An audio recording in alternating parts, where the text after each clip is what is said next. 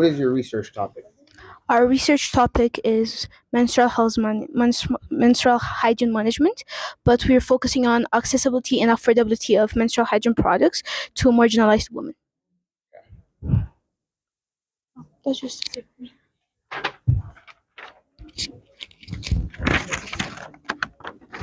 Ready? All right. Why did you and your team pick this topic? So the main reason that we picked this topic is based off of research that came from our community. We realized that a lot of kids in our community miss school because they cannot afford sanitary pads. On top of that, there's a stigma around periods, and it often causes discomfort, and a lot of kids don't want to talk about it, and it is seen as taboo and shameful. On top of that, we want to break barriers, and we want to educate these little girls and show them that it's completely okay and it's a natural process that we all go through. And something else that we also noticed is self-victimization, and a lot of kids, orphans to be exact, skip over this topic because they believe that since their parents didn't teach them, it's none of their concern. On top of that, awareness comes to teaching kids how to use pads in general. That's why we came up with these posters and these flyers, and we're going to be teaching kids how to properly use and utilize pads as well.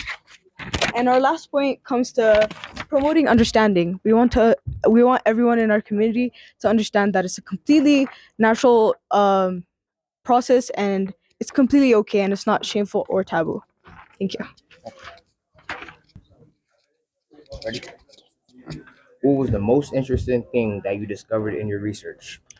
All right. The most interesting part definitely would have been the difference between institutionalized formality and personal honesty. Because when you go to the higher ups and ask what is happening, they don't want to tell that they have shortage of resources, lack of awareness among their members, and whatever. But then when you go to the women that are actually affected by the issue, what they tell you is that something completely that's opposite from the institutions authorities. And then furthermore, when we moved up and then we started researching the government's policy on this issue, we found out that the government does not consider pads as an essential but more of as an unessential material, which was quite interesting because that was one of the reasons that it have a 15% VAT, or what we refer to as a value added taxes. And that is the key issue why women can't afford these pads and stay away from school, work, and just have all of that psychological things that follow. So that was definitely quite the most interesting part of our research. Ready? All right. What are some root causes of this issue?